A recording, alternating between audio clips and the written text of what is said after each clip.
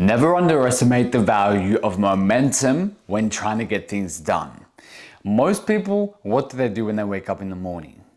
They put their alarm on snooze. They hear it, they know they should get up, and then they don't. They put it on snooze. Oh, I'm gonna get up, I'm gonna get up. They might try to get up for a little bit. They start feeling tired again. Then they go back to bed.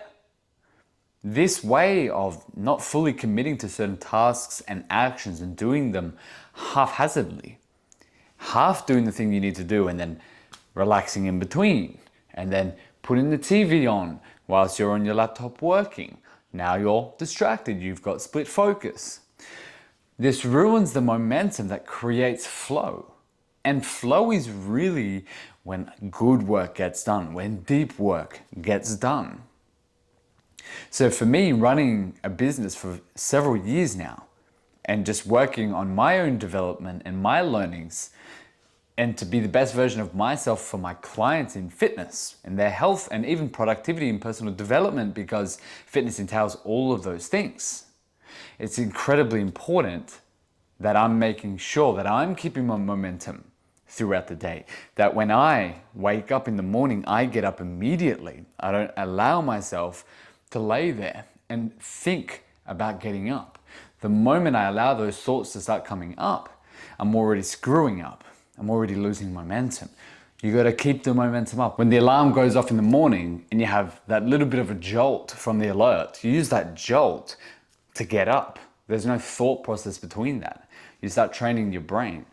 So you immediately get up, and as soon as you get up, now you know the next step is to go jump in the shower. Zero thought. Boom, put on the water. And then from there, now you know the next thing is to, and you keep accumulating these next things. So you just know what tasks to be doing, and you're minimizing the gap between those tasks. Where people really start to lose a lot of that flow is they're wasting too much time, especially between tasks. And then when they're getting onto certain tasks, they're too distracted because they don't know how to focus. So you need to start training your brain to focus for longer periods of time, and then you got to stop interrupting your flow. You have to stop interrupting your momentum. It's incredibly important. This is why I personally plug my earphones in. I create that environment. It's not distracting music with lyrics. It's instrumentals. It's very thoughtful music, and I just lock in. Next thing. Well, Will, how do I know what the next thing is to do? The night before, I'm planning. I already know what I'm doing. And worst case, if you don't know, you sit and you think and you go, what's the next best course of action for what I want to accomplish? What's the next biggest needle mover? And what's the most urgent thing that needs to be done? And you start knocking it off one at a time. But you focus on one task at a time. You don't try to split it up. You don't put TV on at the same time. You must keep the momentum. The same way that I'm keeping the momentum with filming this, and I'm not allowing myself to relax until this is filmed, the same that I'm telling you in regards to just keeping overall productivity. This is how you can get a lot done over a long time horizon. Because I know the moment that I would lie down here and choose to relax and chill, I'm gonna have to use so much more momentum and willpower. Not even momentum, I know I'm gonna have to use so much more willpower to overcome that inertia I created. And that's what you guys are doing on a consistent basis. You're creating inertia, and then you're trying to muster up all the willpower every single time to get back into flow. And that's incredibly disadvantageous. How much more exhausting would that be? You're constantly turning your engine off and having to start it up again, rather than just start it up immediately and just let it cruise control the whole day. Now, are there moments that you got to relax a little bit? Sure. There's times where, let's say after a workout of mine, if I'm absolutely wrecked, I'll eat and I'll sit, but I'll make sure that when I'm sitting, it's mindful rest. Like I'm either thinking about something, I'm doing a task that doesn't require a lot of brain power, doing some admin work. It's just something chill. So I'm doing both at the same time. I'm relaxing my body, but then I'm doing something else that needs doing. And if I don't want to do anything, I'm not going to be scrolling on TikTok or whatever. I'm just going to be chilling, genuinely chilling with the intention to rest. Sometimes I'll just close my eyes and I'll just do that for a couple of minutes and then I'll go back to it. So you got to be very in tune with it, but you got to stop filling and stopping the momentum and then filling those little gaps with just bullshit. Just brain fluff. Random shit on TikTok. It's terrible. You're training your brain to just be ADD. You know? No wonder why a lot of people really struggle to get things done. You don't even know how to focus. You don't know how to be productive. If you don't know how to be productive, how can you even, have the capability to get proper work done, let alone over and over again, every single day for a long period of time, which is what's required? How do you expect to win? It's incredibly difficult unless somehow shit just fucking appeared for you.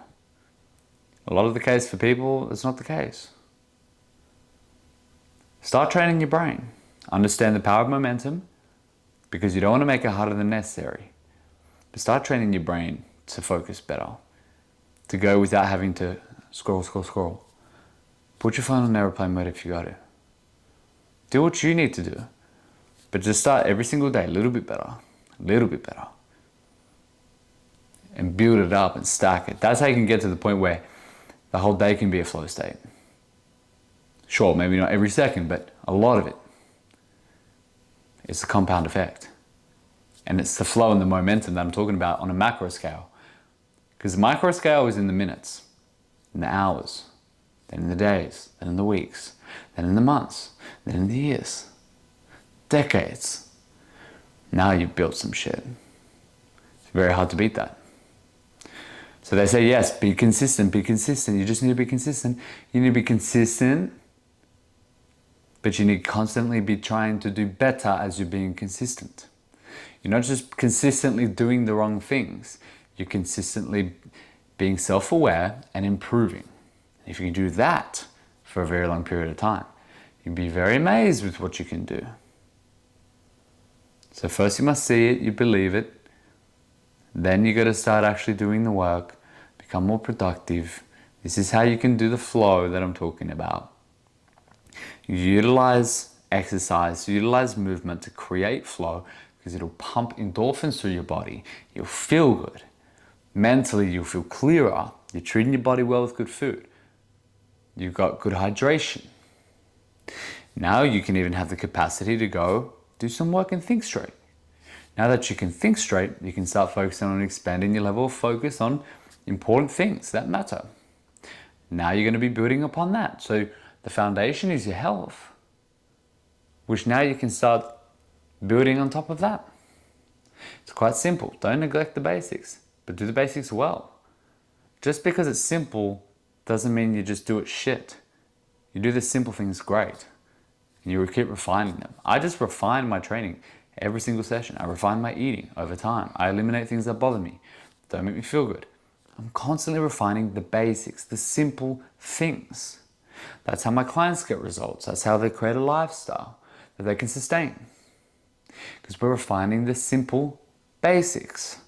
We're not doing complicated shit. It's simple, but effective. And there's a reason why the foundations don't typically change. It's just a matter of the quality of how you're doing them. When I work out, it's extremely high quality. When I eat quality things. When I think, I make sure I'm thinking quality thoughts. When I sleep, I make sure it's quality sleep. I'm making sure that I'm refining the simple but powerful things. And it's the same thing with work, it's the same thing with health, it's the same thing with just mastery. People think it's some new flashy thing. The answers have all been there already. You just refuse to implement, accept, and improve upon them. So do what you know you should be doing. And if you need help with the fitness stuff, sure, apply. Description has the links. But the main thing here is do the shit you know you should be doing and develop more focus, attention span. Start using your brain. Start committing to improving yourself. And stop going against your word when you say you want things and then you don't act in alignment with it. act in alignment. Even if it's just a little bit better. Even if it's not perfect, but it's a little bit better. Keep improving till you get as close to perfect as you can, because you'll never technically do it for whatever our definition of perfect is, but you'll keep getting better and the quality of your life will improve as a direct result.